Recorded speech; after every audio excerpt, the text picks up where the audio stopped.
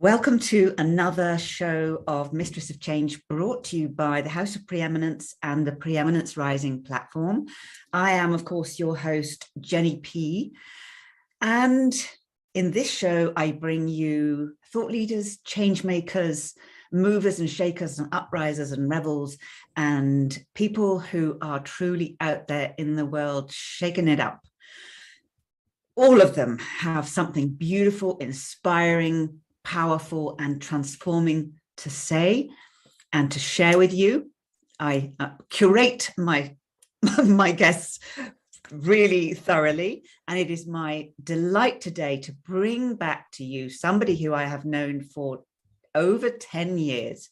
She was in my first magazine and we connected by our love of being a possibilitarian and playing in the quantum field. So we are going to journey to all things quantum today and just take the veil away from all, the shroud of all of the misery and the collective pain and everything. So sit down and journey with us and welcome my very, very special friend, Soleira Green. Oh, thank you. I feel like I'm in such great company when you say all that. That's wonderful. Yeah, I know. It's fabulous. Yeah. Okay. Soleira, just give us a context of what you do, what your big vision is, how you bringing your gifts to the world before we dive into all of the really juicy bits. Okay. Well, I love, just before you hit record, you were saying that I love exaltation. I thought, oh, that's the first I've heard anybody say that about me, but I'm someone who comes in love with the world, in love with life, in love with the possibilities of us all. And over the last 25 years, I've been working on sourcing leading edge breakthroughs in consciousness, in the quantum field, in the miraculous, in innovation, in genius, in transformation, any area that comes up for me to play a part in. And what I've discovered, we were just talking about options of how you be in the world today. And I know that can be really challenging with some of the things that go on, but my view is that everything happens for a purpose, and that we have a role to play in having life move towards that purpose. And so my work has been very innovational, very, you could say expansive, you use that word too, but it's about coming to it almost as a force for life, a potential for the miraculous outcomes to show up that wouldn't necessarily show up if we just sat back and did nothing. So I guess another way of saying it is I'm a big fan of, a lover of consciousness. I always have been. And I just wrote a post that you were mentioning earlier, how consciousness is getting to be an old word for me. It feels a bit lifeless because everything's altered so much in the last year, in the last 2 years, in the last 10 years, the last 20 years.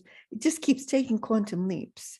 And I believe that we, meaning many, many people all over the world, are sourcing those quantum leaps, all in our own unique, masterful, genius ways, to go to a new place together, a new place of who we are as beings, a new place of who we are as a world and the possibility of us in the universe, all of that kind of stuff. So I'm kind of, I guess in a simple way, I'm just kind of always leaping ahead somewhere to see what wonders can be created, and taking with me as many people who will go on that journey. And I have to say, like 10 years ago, it was hard for people to hear me because I was often way out there somewhere. Now everything's kind of landed, and I find now so many people are now like, yes, this is who we are, this is what's possible, this is what we can do.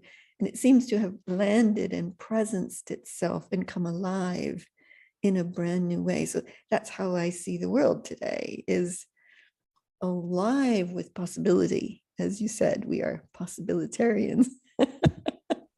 You know? That is quite true. That since I had my first magazine, and we got to work together and collaborate together, and we already knew that was on I Am Chronicles. We already knew that the work that what we were talking about was small group stuff, just like we'll just talk about it amongst ourselves until people are ready to hear it. Whereas there have been so many revelations, and they've been shared by big people, really prestigious scientists and researchers, and the Bruce Liptons and the Greg Bradens and all of these guys who are so relatable. They're already out there, and because they're already in the center of attention, for them to say those things is people are now listening, and that has just spread and spread and spread and spread. And there's younger generations coming on talking about this, and this, as you said, this conversation has just expanded as our own understanding of consciousness has expanded, and our own understanding of how we interact with the universe. And I love that. What is it that makes you want to keep leaping ahead all the time? That's a great question. For me, it's the most exciting adventure there is, It's like, I think my life would be quite dull without that kind of adventure. I mean, I've had travel adventures and epiphanies and all kinds of things, but it's that moment when a portal opens, a door opens in your awareness, and you go, oh my God, there's so much more that we can become, that the earth is, that our connection with life, nature, earth, animals, the stars, the galaxies, I just got fascinated by all of that. And it was really all I could do. Is just keep pressing and leaping forward. And one of the joys of that for me was that I probably started about 20 years ago, maybe, collaborating with other people who wanted to do that too. And as you said, we tend to have been in the past smaller groups, but to collaborate like that, and I call it genius fusion.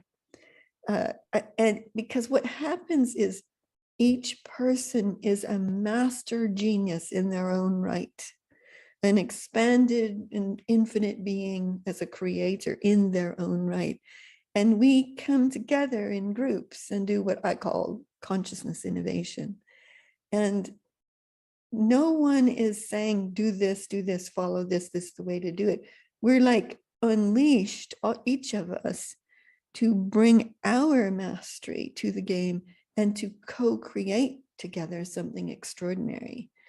And so one of the things that for me is a great joy is that I love being able to witness that collaborative co-creation, because it isn't just something I've done, it's something we've done. And I know that person did that, and that person did that, and that person. And without any of that, it wouldn't have gone to this possibility of us.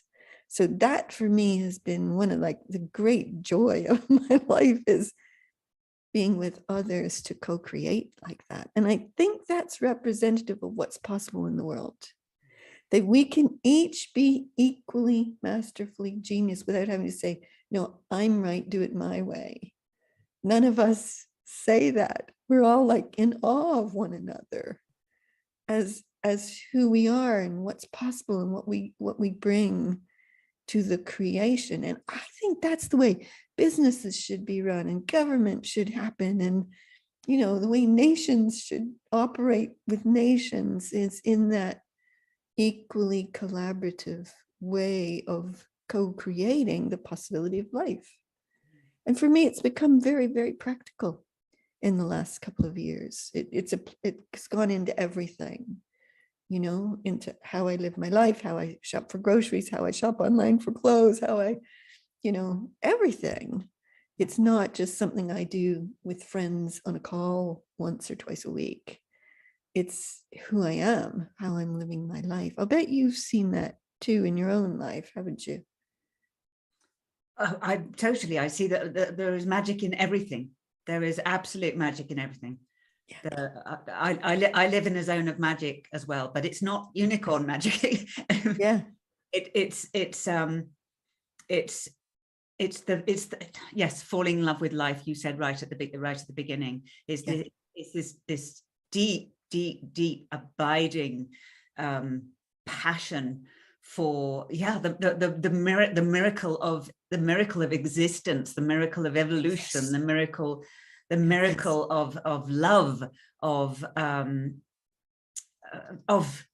Amazon, as we said, because honestly, a few hundred years ago, the idea of just like going online and just tapping a few buttons and being able to get crystals and I know anything, vitamin supplements and beautiful wooden symbols and anything, and just like have it turn up the next day so we can do our work was just unthinkable. So and everything is of course speeding up. It's in fact, I think the world's probably speeding up to catch up with you. I hope so. What we were talking about, I love that you landed, also this is the way that governments should be run, that schools should be run, that institutions could be run, and businesses could be run. So, oh my goodness. And then we said to each other just before, having a conversation like this and then sharing it is the work. Yeah. That is the work, because of course we are speaking it into being. Yeah. We are speaking it into being. So anybody, I'd love you to share your perspective on this. Anybody who's out there feeling like they're not effective in making an impact, or they're not big enough, or or they don't have the power or resources to do something miraculous, just give us your perspective on that, Soleira. Yeah, big time. Some of the most powerful people I know are doing it in their gardens and nobody knows they're doing it. And they're sitting in their armchair, or they're, in the middle of the night, they're up to great things. It's not, for me, the measure of my own personal fulfillment in life is not what other people's measure of success might be. I certainly like to have an abundant life. I like to wear nice clothes. I like to have great friends, and I like, it's all that stuff. But where I measure my life from is, have I had an impact on the world? And you can do that very quietly, or you can do it, in front of millions. Both are equally powerful. And I think for me, one of the biggest learnings was, I started by falling in love with the universe as well as being in love with life. And when I fell in love with the universe, I realized that it's rich with forces and powers of life, of exhilaration, of thrivingness, of possibility of us. And I began over the years to surrender more and more of who I thought I was and what I was supposed to be. And I just surrendered into allowing the forces of life, the force, if you want to call it that, from Yoda, or the miraculous power of the universe to move through me. And the more I did that, the more I found how delicious life can be. Like my own personal life, I don't get triggered by things anymore. I don't have upsets. I everything works. And if something happens that's like oh, look, something bizarre is happening, which might trigger lots of people and throw you into a spin. For me, it's like, oh, this will always have a greater purpose. Okay, what is it? I'll go right into taking that thing and turning it into gold, you could say, possibility, life, outcomes for us all. Because for me, I don't relate to my life personally anymore. I relate to my life globally and universally. That can sound a bit strange. I know, as people might hear that and go, what's she talking about? But when anything happens, it's like the universe saying, okay, next piece of work, here you go. And I get right on it, and then life works. The practicality of it is enormous. I love living like this. I can't imagine why everybody wouldn't want to, because it's delightful.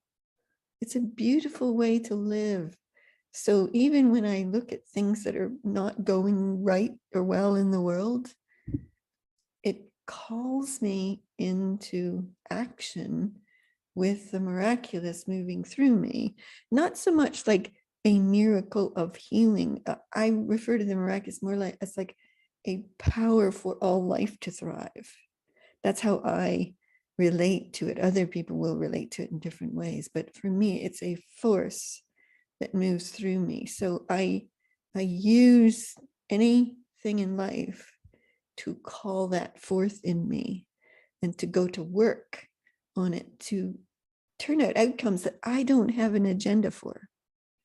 As possibilitarians, one of the things you learn is don't try and say, oh, this is how it needs to turn out, because the universe, the quantum, will amaze you with what can happen if you let go of expectation and judgment, and you allow the force to move through you to elevate life to the next levels.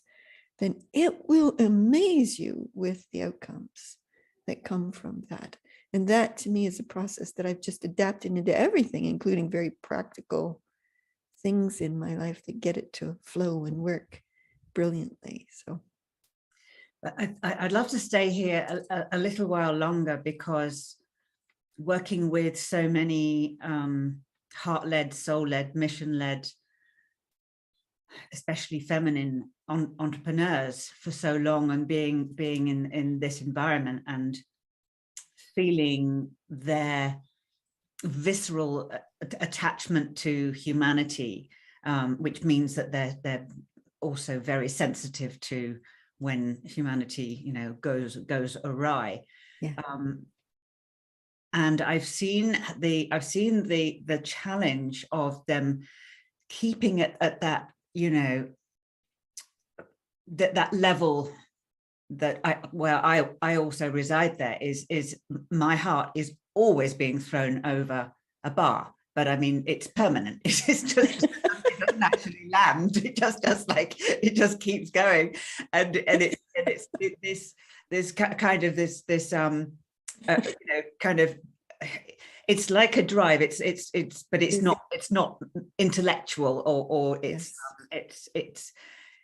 part of the life force again. But nevertheless, it is challenging not to be, if you just venture into conventional media, and start to get bombarded with images and messages and people's pain and suffering, naturally, because we are intuitive and loving beings. It's hard not to tap into.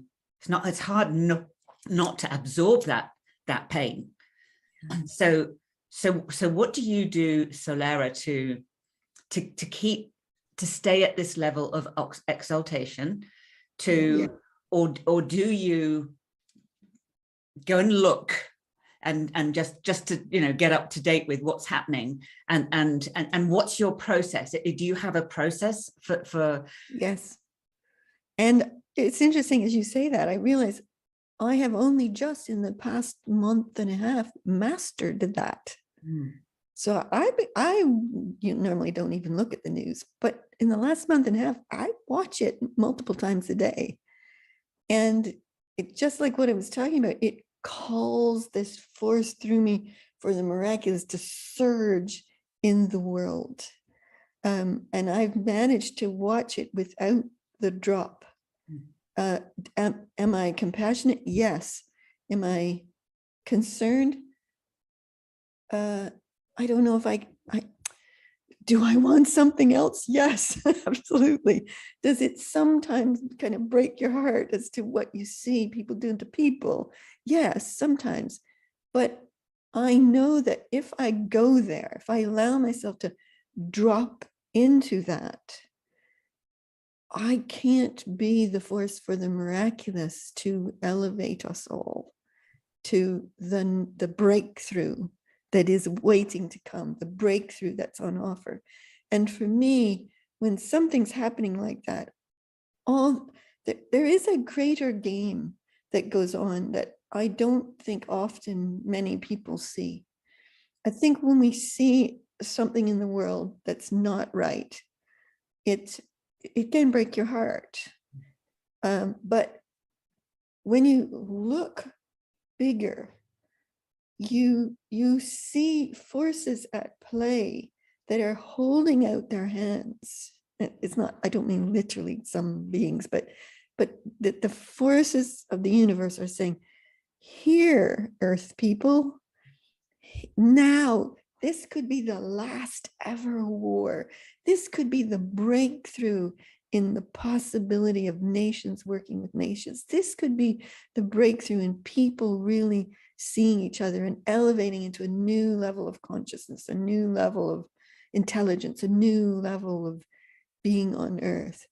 And so in the past month and a half, I have just gone for it. Like there's no holding back in me anymore, because I realized, well, that's my role, is that. And I would love to see as many people have that role, in whatever way they choose to fulfill that, because that's how we're going to get there. And I find too, if I drop into any form of judgment, upset, distress, disappointment, I'm totally ineffective. And everything, the magic around me stops.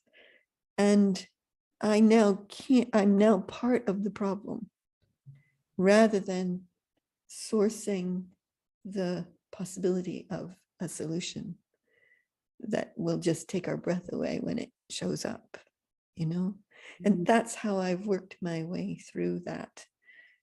And like I said, it's been a real breakthrough in the last month and a half, because the whole thing that's been going on, just like called me into something I haven't been called into like that before.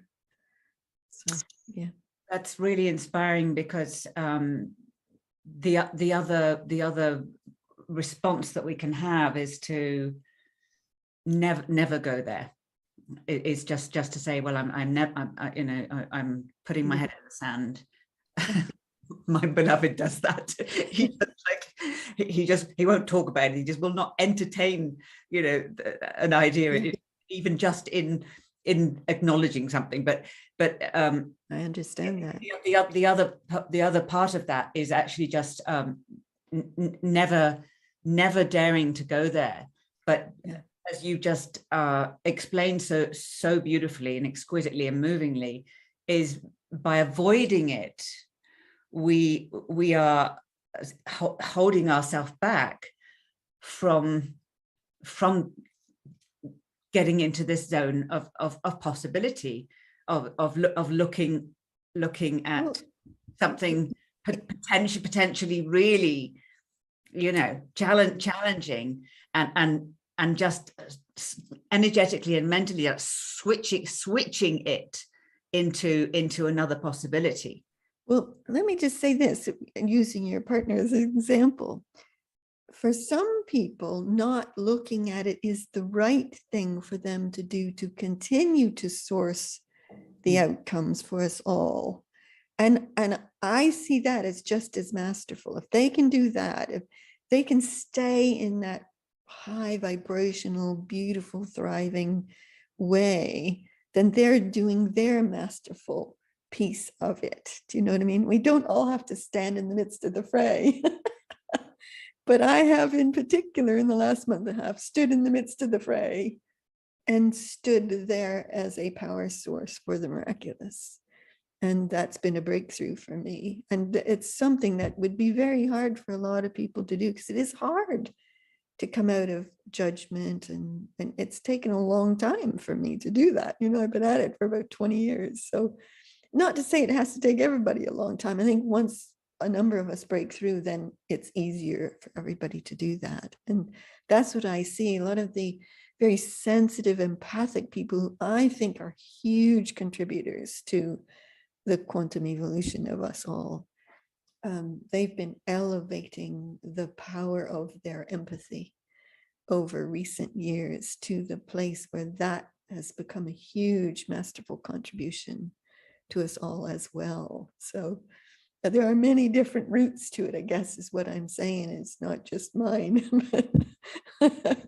But we all have to work to find our own ways to that. For some people, it's tilling their gardens. And that's how they do their work. And it's just as powerful and just as beautiful, you know, as that happens to be my beloved as well. That's exactly what you said. Right. No. That is such a beautiful invitation to whoever's listening to this. So I'd love you to share with us a little bit about what your experience of how it's not consciousness, how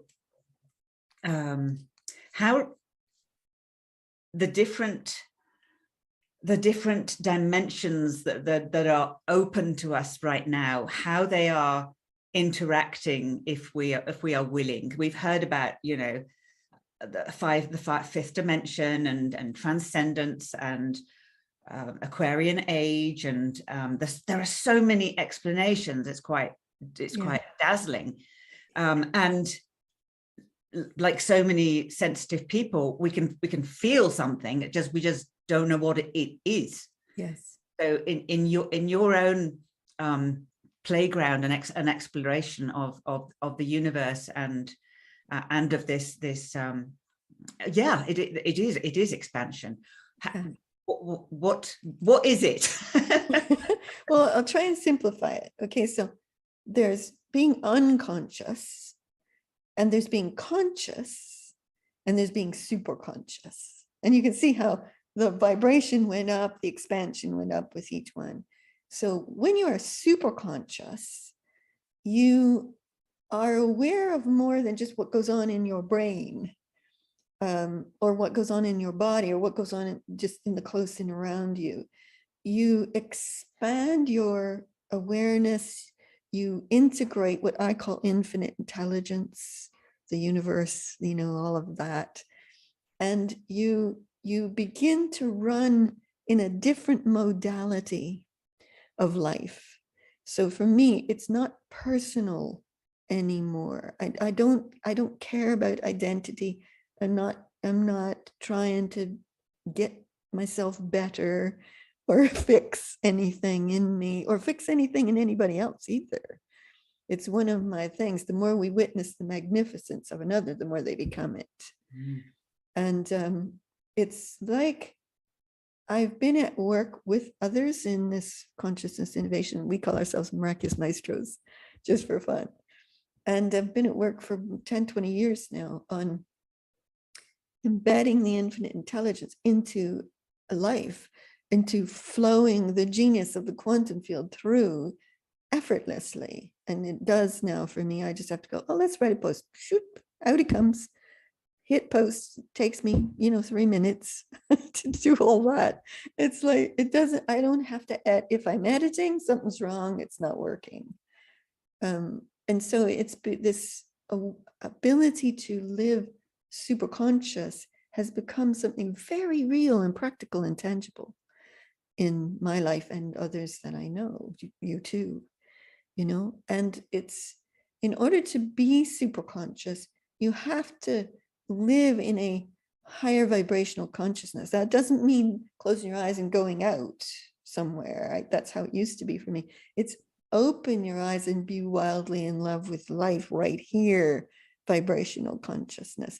It's witnessing beauty. It's seeing magnificence.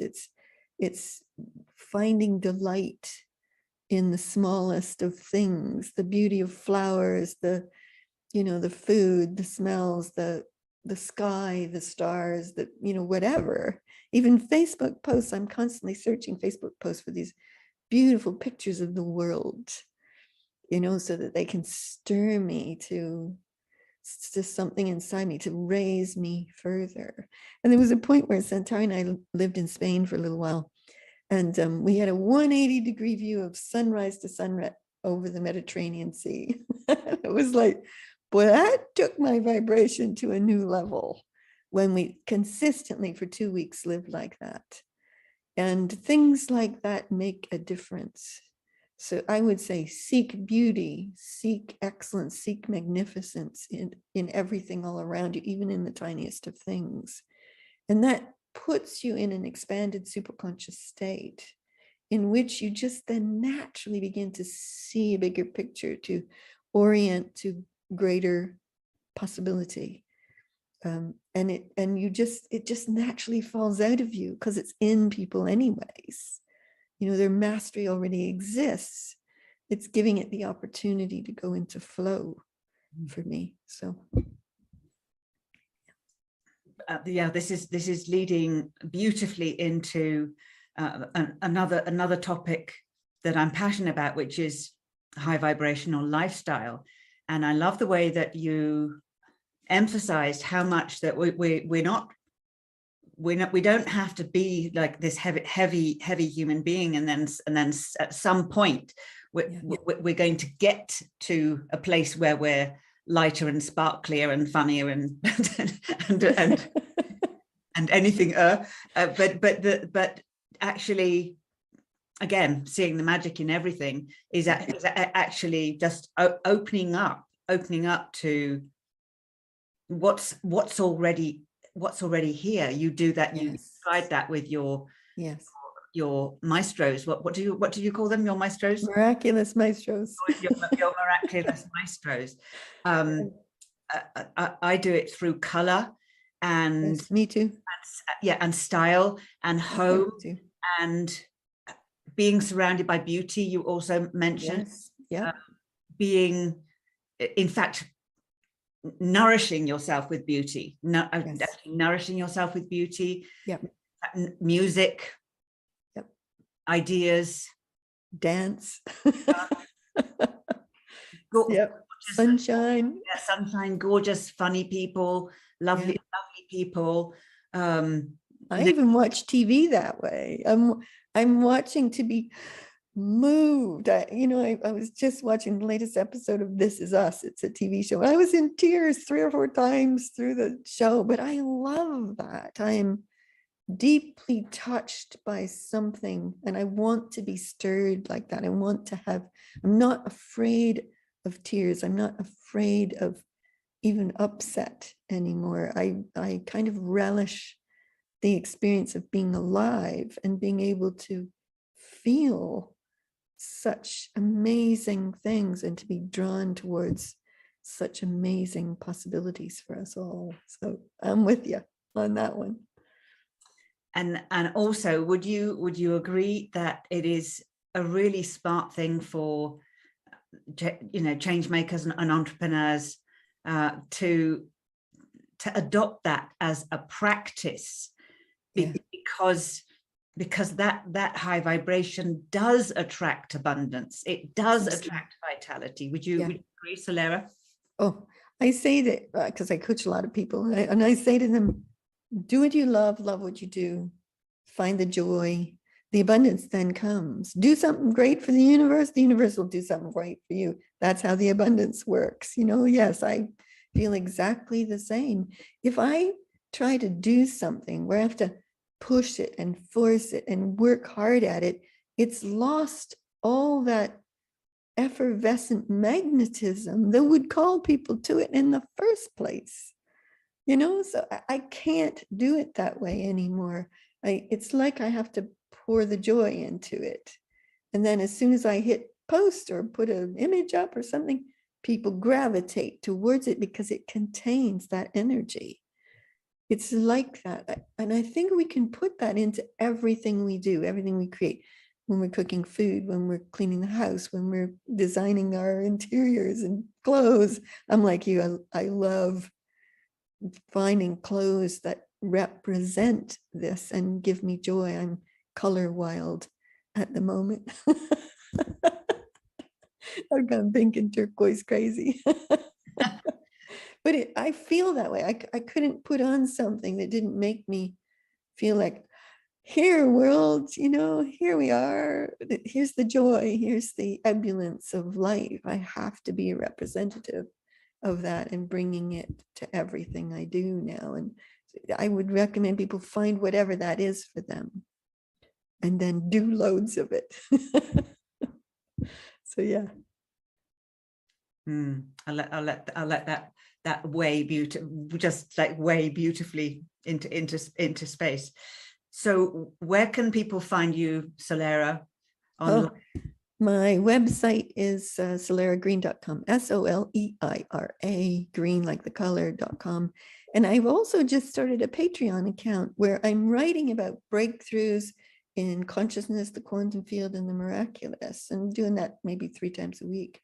So if they want to get direct emails, they can sign up on my Patreon account. And I'm always on Facebook. I love it. I run my business on Facebook, so you can connect with me there too. So there's just one of me with my name on Facebook, which is kind of fun. So that'd be great. I'd love to connect with anybody who'd love to. Well, this has been really special. I want to thank you so much. Oh, thank you. That's really special. I hope this is really, I know this will have really inspired whoever's listening. You know, please follow Soleira's invitation up and find it on Facebook, because she writes some wild stuff. Yes, I do. Gets wilder by the day too lately. But it's about everything that you've heard in this beautiful conversation. So if that speaks to you, if that really resonates with you, then, you know, come and be part of her community as well as ours, because this is the work again. This is the work, getting together. Yes, and thank you. I've loved doing this with you. It's amazing. After 10 years of us knowing each other, isn't that amazing that we're doing all these things for the world? It's just beautiful. It is universal timing. Yes. Okay. Thank you so much, Soleira.